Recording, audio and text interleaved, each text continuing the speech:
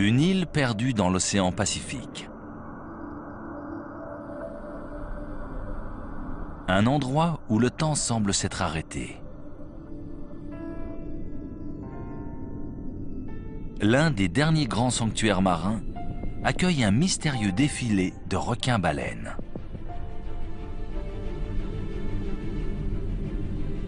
Ce sont en majorité des femelles sur le point de mettre bas. Qu'est-ce qui les attire ici? Où vont-elles?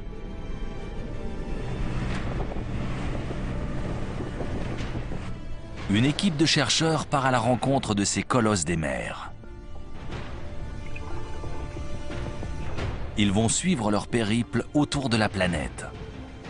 Cette odyssée commence ici, aux Galapagos, le royaume des requins géants.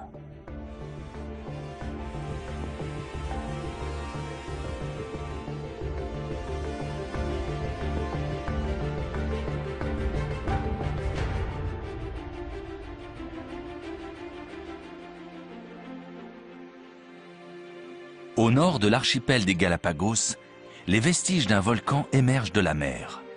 C'est l'île Darwin.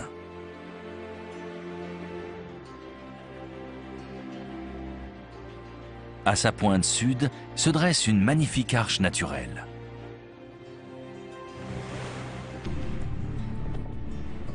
Une expédition scientifique pilotée par le Parc national des Galapagos vient d'arriver.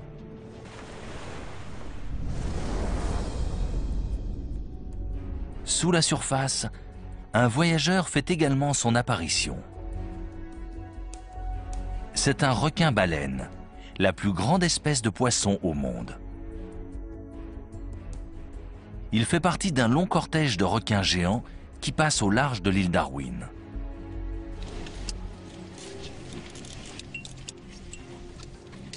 Les chercheurs espèrent trouver ce qui les attire dans ce coin isolé du Pacifique.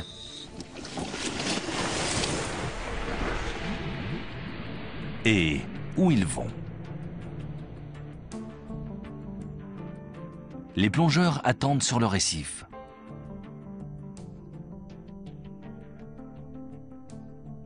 Une silhouette massive apparaît enfin. Avec ses 12 mètres de long, cette femelle a presque atteint sa taille adulte. Les plongeurs s'approchent.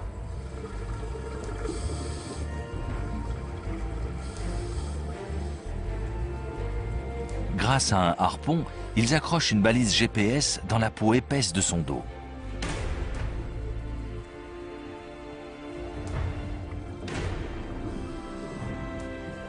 Jonathan Green est le responsable de l'expédition. Elle a à peine tressailli. Je nage vers la tête.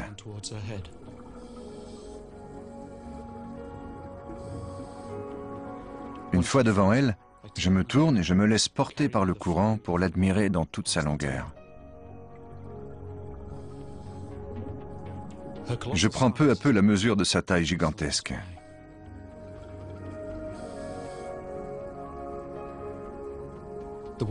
Elle poursuit tranquillement son chemin, sans se soucier de ce qui se passe autour d'elle.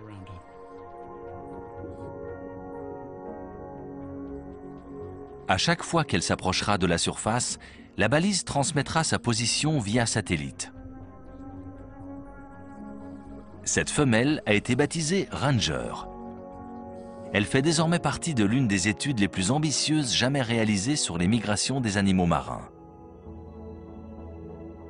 Ranger reste au nord des îles Galapagos durant plusieurs semaines. Puis, elle se dirige vers le sud-est à plus de 1000 km au large des côtes péruviennes. Mais cette étude ne se limite pas uniquement au déplacement de Ranger. Elle suit également Jaws, une autre femelle.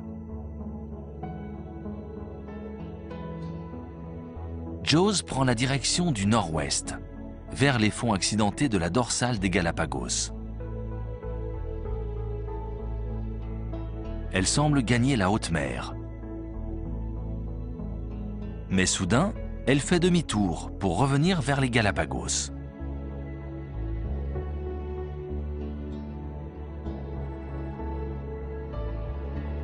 Comme ranger, elle se dirige au sud, vers les côtes péruviennes.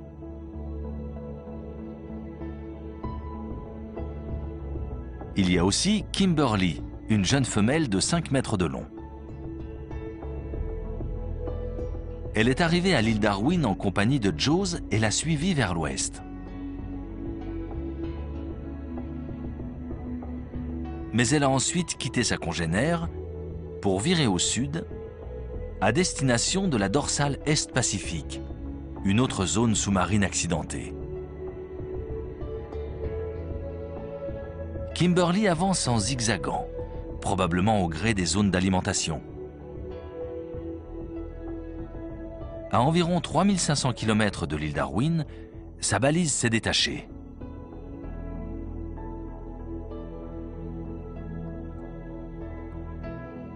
Peut-être a-t-elle été arrachée par une autre créature.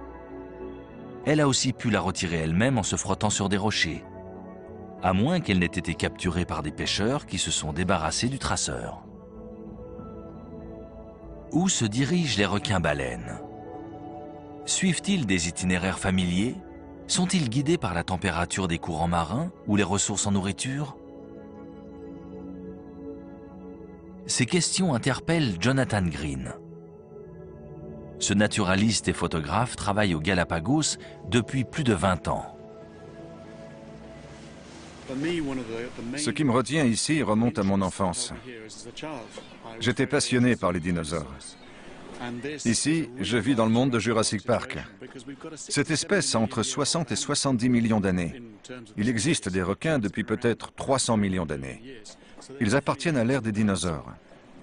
Ils sillonnent encore les eaux de notre planète et nous ne savons absolument rien d'eux. Comment se fait-il que nous en sachions plus sur les souris ou les fourmis que sur les requins-baleines?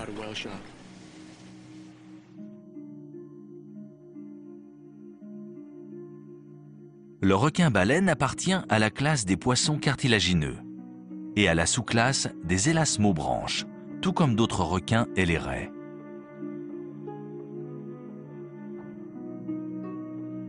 On compte aujourd'hui 500 espèces de requins. Les plus communs sont les requins marteaux et les requins de récif.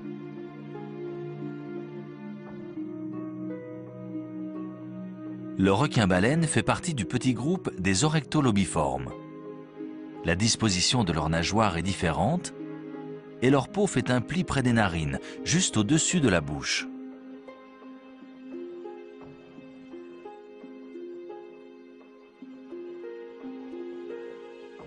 Il s'agit peut-être des vestiges de capteurs sensoriels hérités de leurs ancêtres.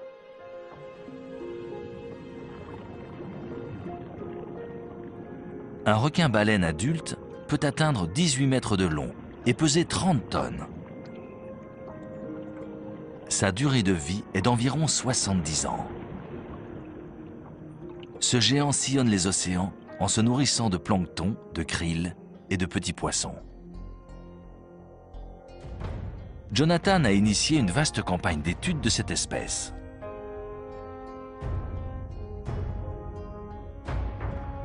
Avec d'autres plongeurs, il a photographié les signes distinctifs des requins-baleines. Les taches claires forment en effet des motifs propres à chaque animal. Ces informations ont été répertoriées dans une base de données internationale. Elles permettront un jour de les identifier. Jonathan a ensuite contacté les chercheurs du Parc national des Galapagos, de la Fondation Charles Darwin et du programme de pistage des animaux marins de l'Université de Californie. Et il les a convaincus de participer à son projet d'étude. Le marquage se fait en général sur les lieux de grands rassemblements.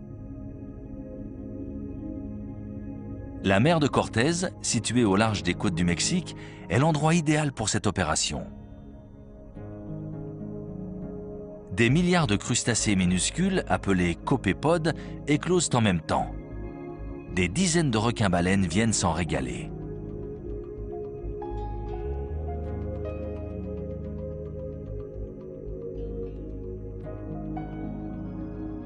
On les voit parfois se nourrir à la verticale pour profiter de la densité de la nourriture.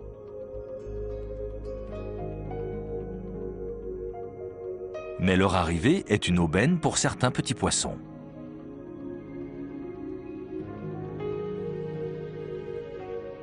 Une horde de bonites à ventre rayé rôde dans les parages. Pour se protéger, les petits poissons se collent aux requins géants. C'est un excellent garde du corps. Les prédateurs gardent leur distance. Cet endroit est l'un des nombreux lieux de rassemblement de requins-baleines. Ils se retrouvent aussi au large du Belize, attirés par les œufs pondus par les vivaneaux au printemps. Ils convergent aussi vers les eaux de l'Australie occidentale, où le corail se multiplie en masse après les pleines lunes de mars et avril. Jusqu'à présent, la plupart des études se sont concentrées sur les sites où ils se nourrissent. On y trouve des individus relativement jeunes, et principalement des mâles. Ici, c'est différent. Il y a un grand nombre de femelles adultes et pleines. On ne sait pas grand-chose sur l'endroit où elles vont pour s'accoupler ou mettre bas. Il reste encore beaucoup d'interrogations.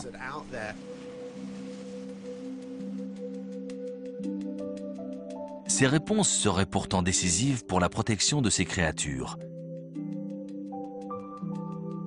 Car les requins-baleines ont toujours été chassés. L'huile de leur foie servait autrefois à l'étanchéité des bateaux en bois. Surnommés requins tofu, ils sont aujourd'hui recherchés pour leur chair blanche caractéristique. Ils sont également convoités pour leurs ailerons, qui peuvent se vendre jusqu'à 40 000 € pièce. En Chine, la soupe d'aileron de requin est un mets incontournable des repas de fête. Cette tradition serait responsable du massacre de millions de requins chaque année.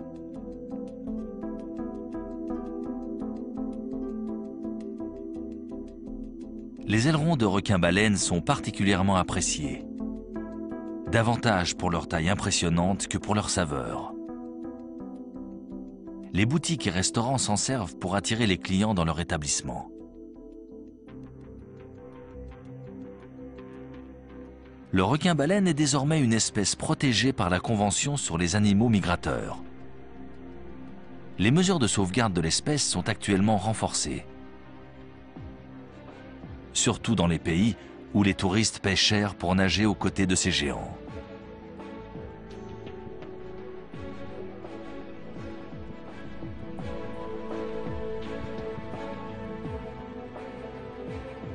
Leur nature docile permet à notre équipe de chercheurs de les approcher.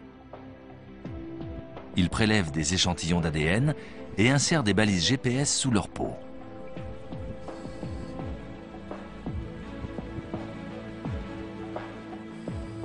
Mais s'il est effrayé, un requin-baleine peut facilement semer ses poursuivants.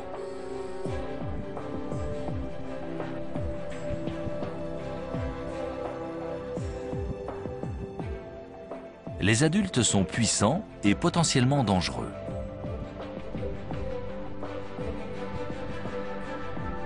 Un geste mal calculé ou une puce insérée trop profondément peut déclencher une réaction violente.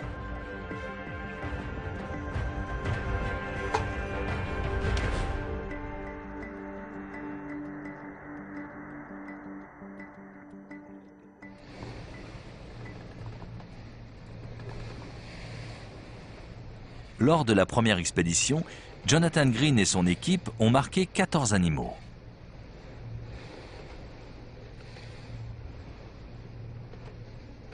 Pour avoir des données fiables, il en faut 2 fois plus. Ils reprennent donc la mer à bord du Queen Mabel pour 30 longues heures de route.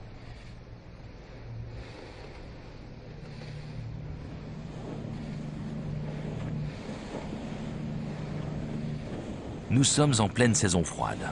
Le bateau est porté vers le nord par la houle. Celle-ci est générée par un courant qui va de l'Antarctique jusqu'en Amérique du Sud. Lors de son voyage aux îles Galapagos, Charles Darwin a écrit l'eau particulièrement froide qui baigne ces terres est amenée par le grand courant polaire du sud.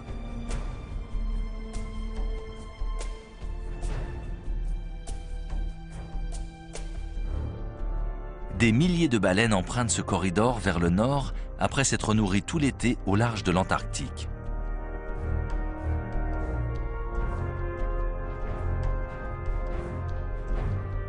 La présence sur ces îles des créatures que Darwin a observées serait due au courant de Humboldt. Originaires du continent, les tortues géantes ont probablement été emportées en mer par les tempêtes. Le courant les a entraînées sur des milliers de kilomètres jusqu'aux Galapagos.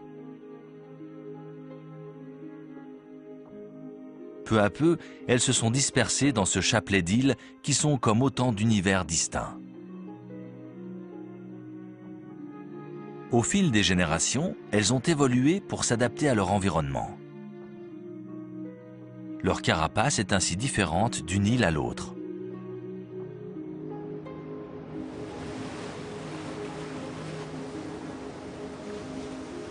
Les iguanes sont certainement arrivés sur des troncs d'arbres dérivant dans la mer. Sur place, ils ont appris à se nourrir près du rivage.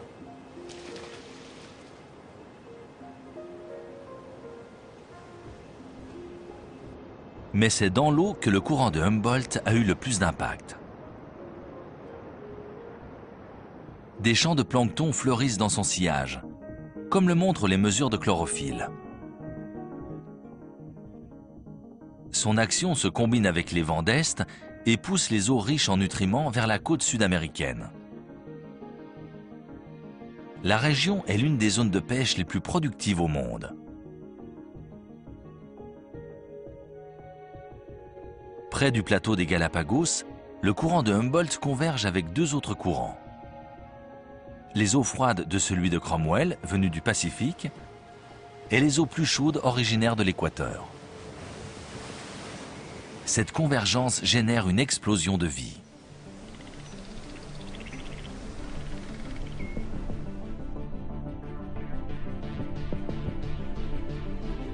Les raies manta écument la surface des eaux riches en plancton.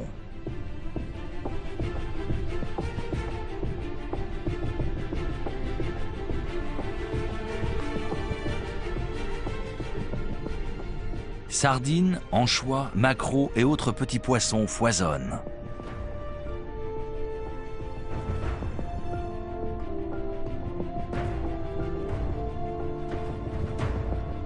Toute cette nourriture attire de nombreux marlins rayés de la région et d'ailleurs.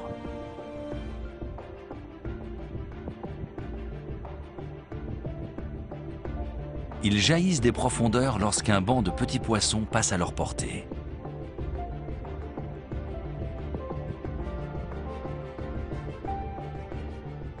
Les proies resserrent les rangs et forment une boule insaisissable. Des otaries se joignent à l'attaque.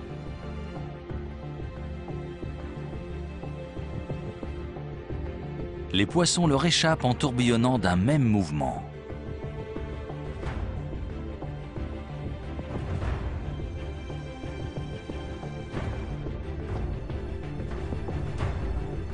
Mais la fatigue gagne le banc. Les prédateurs parviennent enfin à s'emparer d'individus dans la masse.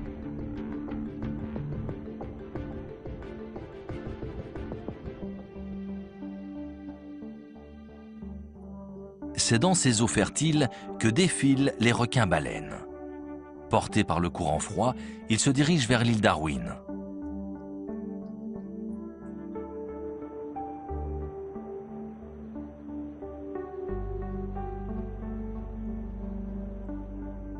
Jonathan Green espère découvrir un jour ce qui les attire dans ce lieu isolé. Les nuages bas ont masqué le bleu du ciel, donnant à l'océan des reflets gris métalliques. Nous avons passé la matinée à activer les balises GPS. Nous avons remplacé les anciennes coques par de plus petites en plastique. Nous les avons ensuite recouvertes d'une couche d'antisalissure, puis laissées sécher sur le pont arrière. Les fusils sont prêts, lubrifiés et nettoyés. Les plongeurs se répartissent dans 2 canots. Ils vont se rendre dans les eaux tumultueuses qui baignent l'arche de Darwin.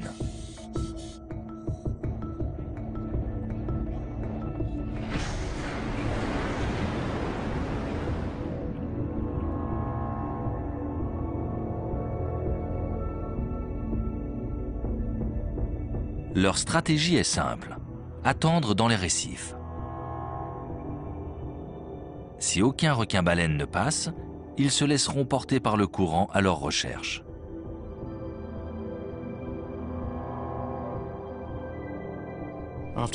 Après avoir attendu 30 minutes près des rochers, nous nous éloignons vers le large. Et presque immédiatement, nous repérons une énorme femelle. Des taches nettes. Elle est probablement jeune. Elle est pleine et mesure environ 11 mètres.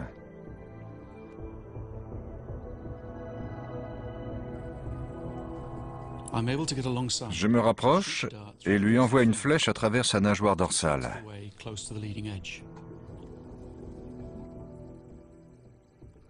La flèche transperce environ 15 cm de cartilage.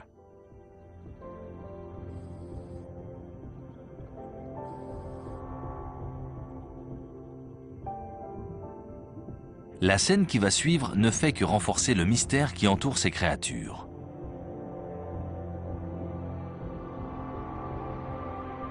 Une autre femelle apparaît soudain.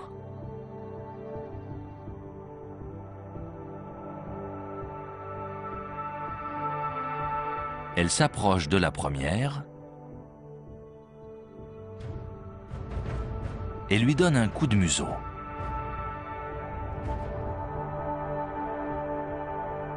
Est-ce une démonstration de force ou une sorte de signal de communication?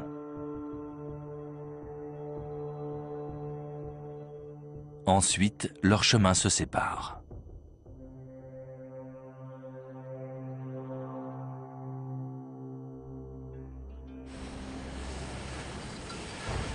Le lendemain, l'expédition semble très prometteuse.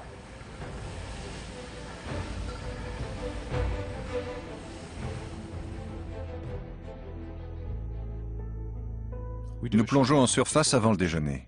Des bonites à ventre rayé se nourrissent près de notre mouillage. Leurs flots argentés forment une chorégraphie complexe autour des requins.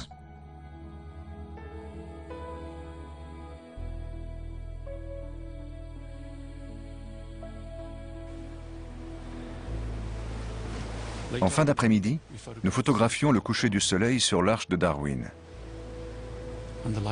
Les flocons d'écume dansent dans la lumière rasante.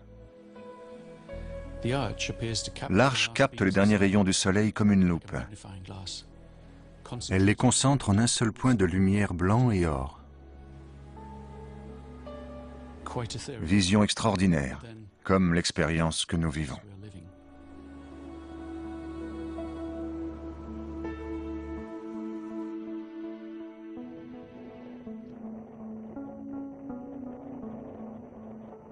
Le 3e jour, des changements inattendus surviennent dans les courants.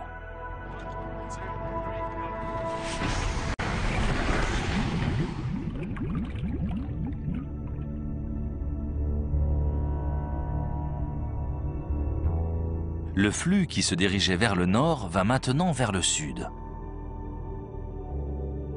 Les requins marteaux se rassemblent plus près des récifs. Quant aux requins-baleines, ils semblent avoir complètement disparu. Les conditions sont loin d'être idéales. Le courant a viré de 180 degrés.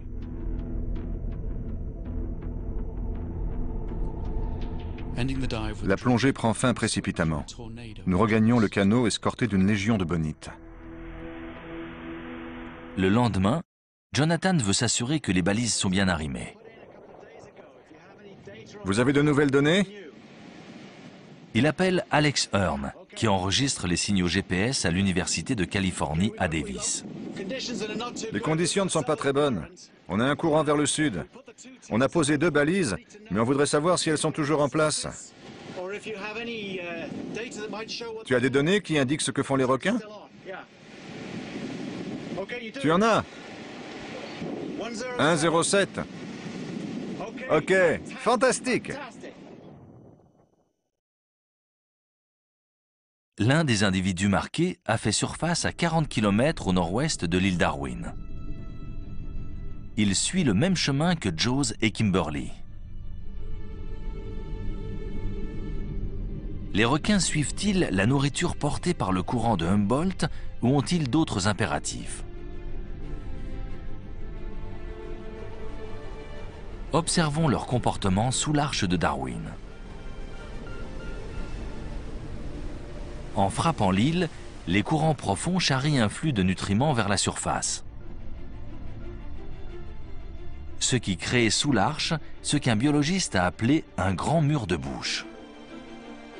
Du zooplancton microscopique pour les très gros poissons.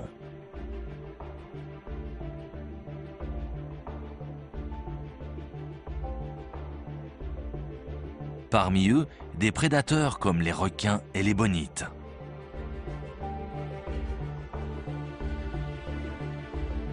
Mais aussi des poissons filtreurs géants comme les requins-baleines. Malgré la présence de vastes bancs de poissons et la concentration de plancton, ils gardent leur bouche fermée. Ils ne sont donc pas là pour se nourrir. Nous savons qu'ils viennent pour une raison précise. Ce doit être important parce qu'il y a des centaines de requins-baleines autour de l'arche de Darwin à ce moment-là. On n'en trouve nulle part ailleurs dans l'archipel des Galapagos. L'arche de Darwin a quelque chose de spécial. Je pense qu'ils viennent là pour mettre bas. Parce qu'il y a surtout des femelles. Les femelles adultes sont toutes pleines. Et elles semblent être à un stade avancé de la gestation. Nous pensons qu'elles mettent leurs petits au monde dans ces profondeurs. Les requins-baleines viennent en cortège continu à ce moment-là. Pourquoi arrivent-ils tous en même temps? Peut-être ne se mettent-ils en route que lorsqu'ils sont prêts. Je me demande si ce n'est pas une question d'horloge interne qui leur dit quand aller à Darwin, puis ailleurs, à l'endroit où ils doivent mettre bas.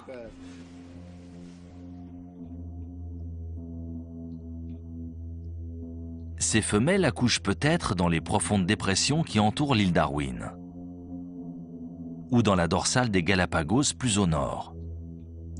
Cette région s'est formée il y a des millions d'années, lors de la séparation de gigantesques sections de la croûte terrestre. Le relief, composé de crêtes, de monts sous-marins et de cheminées hydrothermales, attire une faune très variée. Les coins et recoins du fond océanique sont autant de lieux sûrs pour protéger un nouveau-né.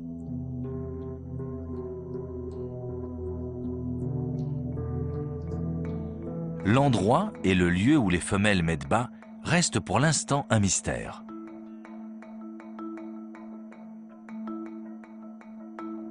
Une femelle pleine a été capturée par des pêcheurs taïwanais.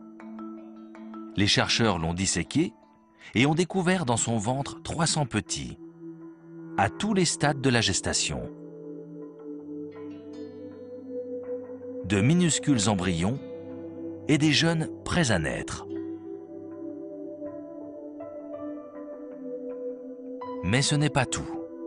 Les analyses génétiques ont montré qu'ils étaient tous issus du même mâle.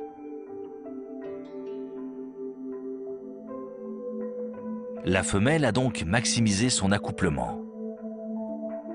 Elle a conservé la semence du mâle et a fertilisé ses œufs au fur et à mesure. Peut-être est-ce là le résultat d'une adaptation à leur longue pérégrination solitaire. Le suivi d'une femelle baptisée Rio Lady a révélé des précieuses informations en la matière. Elle avait été marquée au large de la péninsule mexicaine du Yucatan en 2007.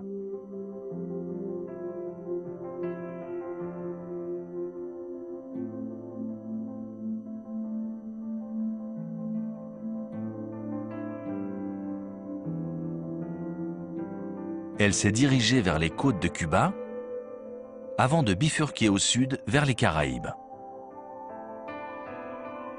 Après la Jamaïque, elle a mis cap sur l'océan Atlantique.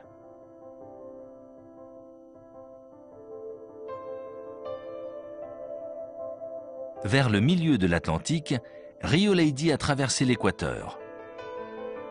C'est là qu'après plus de 7000 km, sa balise a cessé de transmettre ses coordonnées. Mais les chercheurs ont retrouvé sa trace. 4 ans plus tard, des plongeurs l'ont photographié au large du Yucatan et l'ont identifié grâce à ses taches.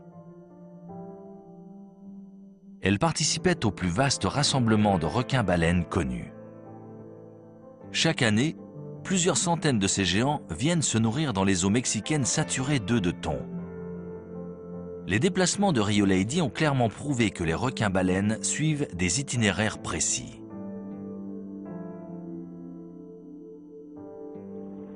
Comment font-ils pour se diriger dans les profondeurs des océans? Pour se rendre infailliblement dans le Yucatan ou sous l'arche de Darwin? La réponse pourrait venir d'une autre espèce. Le requin-marteau à licorne.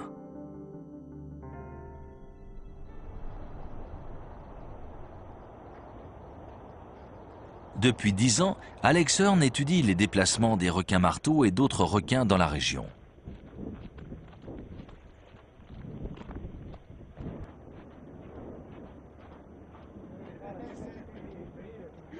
Ces recherches entrent dans le cadre d'une étude plus globale menée par le Parc national des Galápagos. Son objectif est de comprendre le rôle de ces îles dans la survie des espèces migratoires marines. Son équipe doit déterminer la destination, l'itinéraire et les distances parcourues par les différentes populations de requins.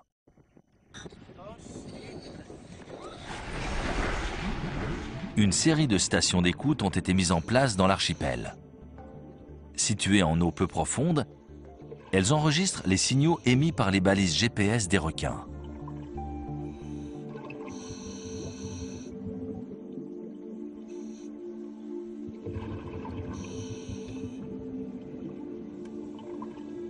Marquer un requin-marteau n'est pas facile.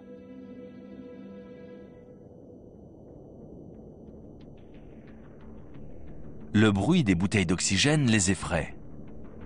Les plongeurs doivent descendre en apnée pour les approcher. Leur but? Insérer la balise dans un muscle de leur dos. Le traceur se détache généralement au bout d'un an. D'après les relevés, les requins-marteaux sillonnent toute la région. Mais c'est uniquement près des îles Darwin et Wolf qu'ils se rassemblent en grand nombre.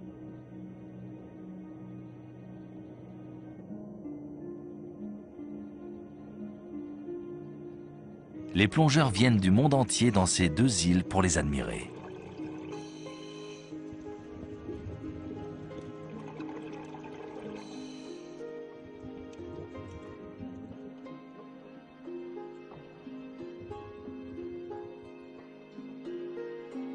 Les requins-marteaux doivent nager en permanence pour respirer. L'eau entre par la bouche et ressort par les branchies qui filtrent l'oxygène. En se mettant face au courant, ils s'offrent quelques jours de repos. Les eaux chaudes de surface faciliteraient également leur digestion. Ici, les requins peuvent se rapprocher des rochers. Les demoiselles royales viennent aussitôt les débarrasser de leurs parasites.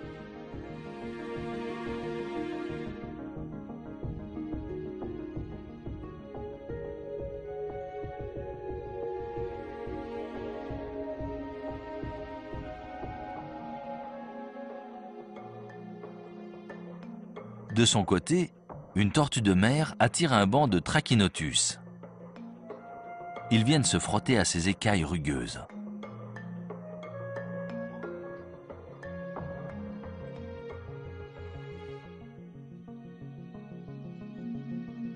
On pense que les tortues de mer s'orientent grâce aux champs magnétiques terrestres, tout comme certaines espèces d'oiseaux migrateurs et les baleines.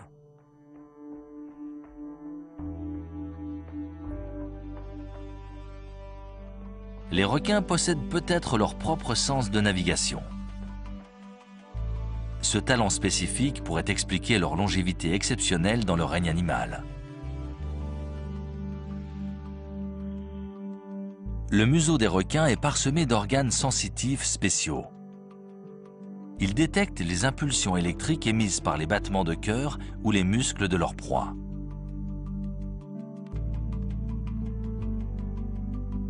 D'après certaines études, les requins marteaux percevraient les signaux magnétiques émis par les formations volcaniques.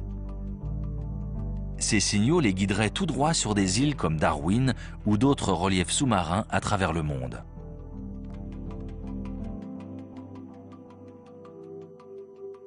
Les requins-baleines perçoivent peut-être ces mêmes signaux. Mais peut-on prévoir pour autant leur déplacement?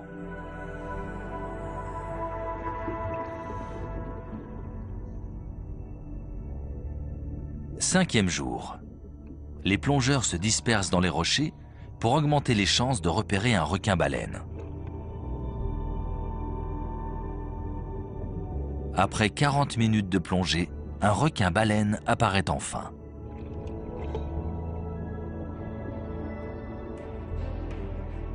Il est à 40 mètres de profondeur. Il faudra du temps pour le rejoindre et les bouteilles d'oxygène sont presque vides.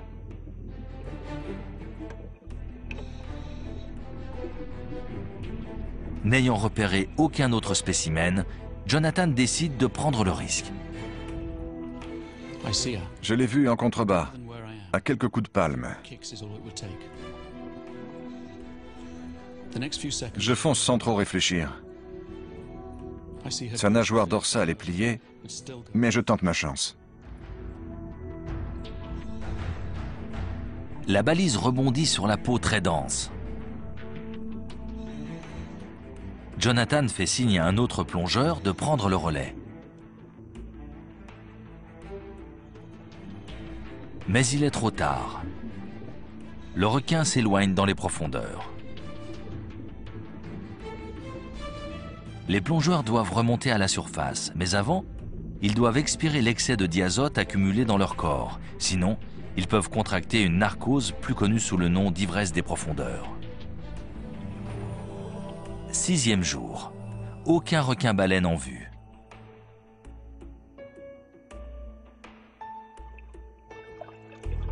Pour étendre leurs recherches, ils décident de plonger avec des tubas.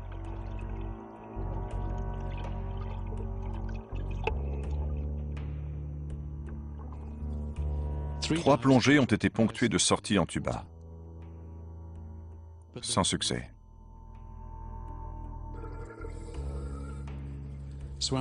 Mais nous avons nagé avec les dauphins. La journée n'a pas été perdue.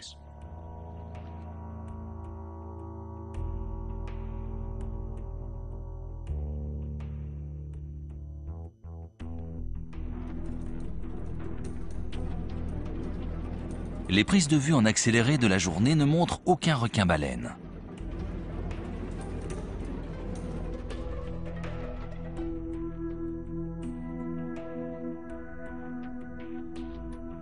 Le courant a pris de la vitesse.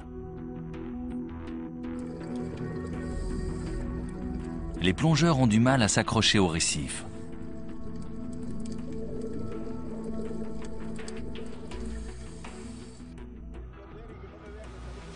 L'expédition va bientôt prendre fin. Finalement, le 8e jour, à 3 jours du départ, les conditions de plongée s'améliorent.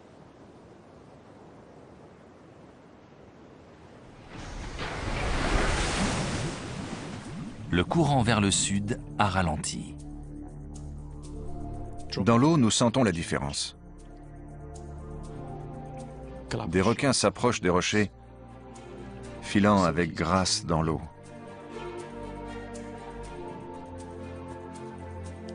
Enfin, nageant lentement contre le récif, un petit requin-baleine d'environ 3,50 m.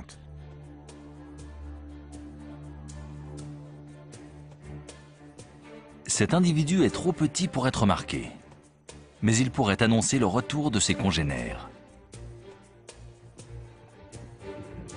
Dans l'après-midi, le courant vers le nord se renforce.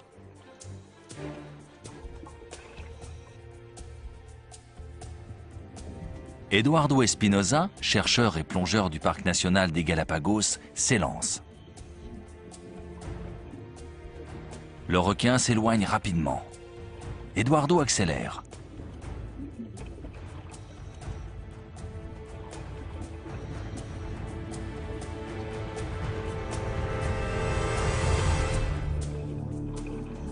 Il manque son tir. La balise s'est détachée. Elle est perdue. Encore un échec.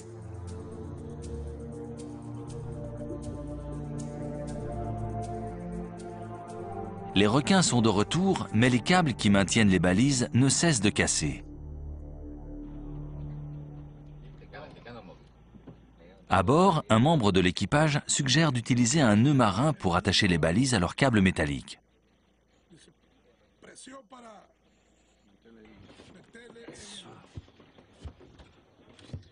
Il décide aussi d'augmenter de 50% la pression des fusils à air comprimé. Les harpons auront ainsi plus de chances de percer la peau épaisse des requins.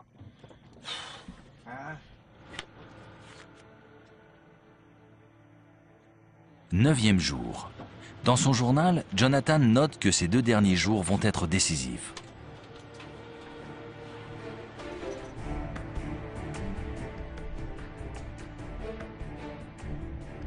À 25 mètres au-dessus de moi, une forme sombre se découpe dans le bleu de l'océan, la silhouette d'un requin. Je nage vers lui et monte à sa hauteur sur le flanc gauche.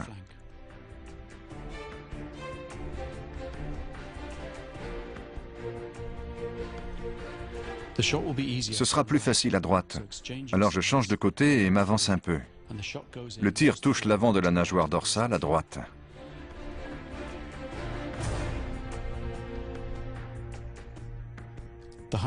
Le harpon se détache et la balise 108-103 disparaît dans les profondeurs.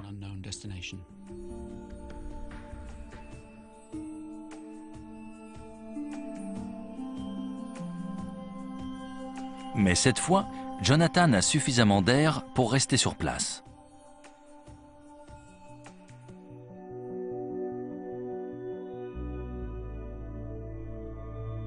Je nage vers les rochers et je reste là une dizaine de minutes.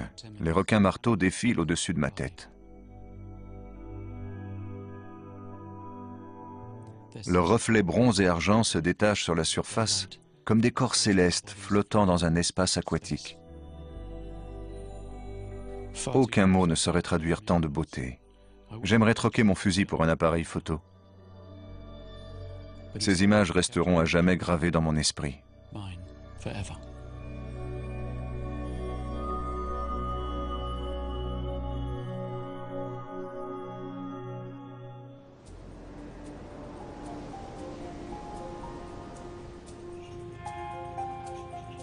Dernier jour de l'expédition.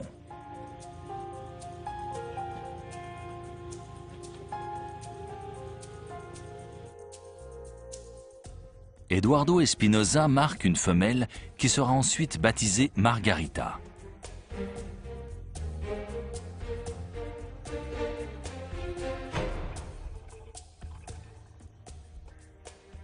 D'après sa taille, 12 mètres de long, elle doit avoir entre 30 et 40 ans.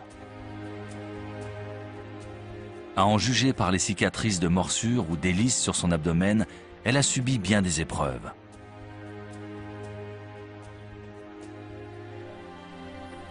Un peu plus tard, Jonathan retrouve Margarita. Elle s'attarde près des récifs.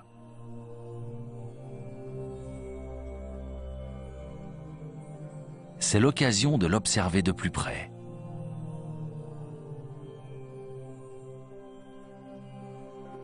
Le courant le repousse. Il se réfugie plus bas vers les rochers.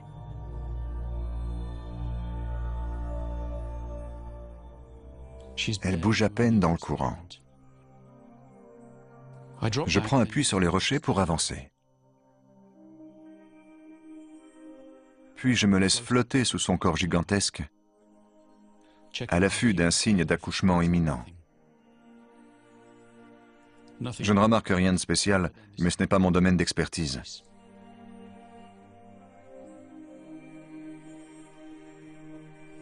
Si un bébé requin doit venir au monde, plusieurs bonites seront là pour en faire un festin.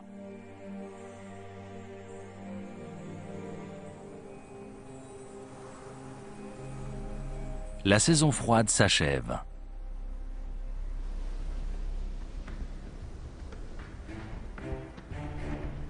Sur Terre, c'est la saison des amours.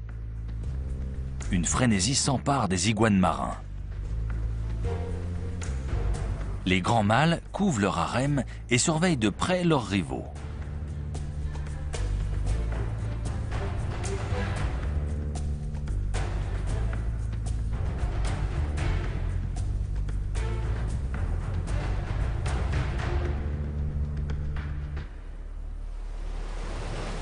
La température de la mer remonte. Le courant de Humboldt faiblit et les courants équatoriaux poussent plus au sud. Il est temps pour les baleines de se diriger vers le sud. En été, la nourriture abonde au large de l'Antarctique.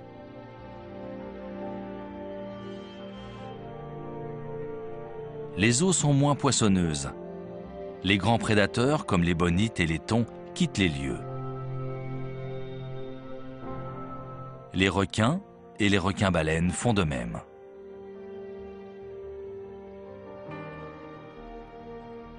Margarita, la femelle aux cicatrices, met le cap au nord. Sa balise permet de la suivre pendant 1 mois. Puis elle cesse d'émettre. Mais il sera facile de la reconnaître. Peut-être la recroiseront-ils bientôt sous l'arche de Darwin. Elle a sans doute rejoint ses congénères vers le sud. Parmi eux, Jaws. Une autre femelle baptisée Sin Nombre. George, le seul mâle du groupe. Et Carla. Ils convergent tous vers les côtes péruviennes.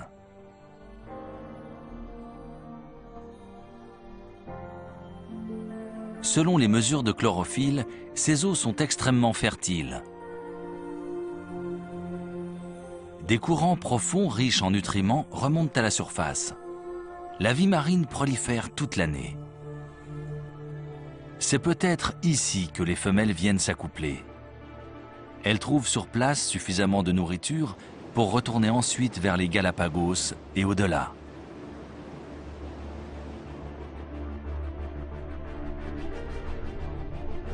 Les données montrent quelques exceptions. Ranger descendait le long des côtes sud-américaines quand sa balise a cessé d'émettre. Et avant de perdre son traceur, la jeune Kimberly se dirigeait vers le sud, en plein Pacifique.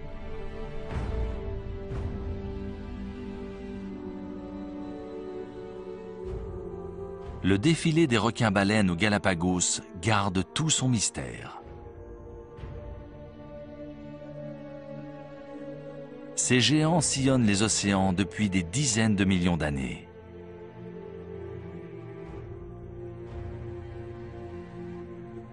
Comparée à eux, l'île Darwin est récente. Elle est née de la formation de la dorsale des Galapagos il y a 3,5 millions d'années.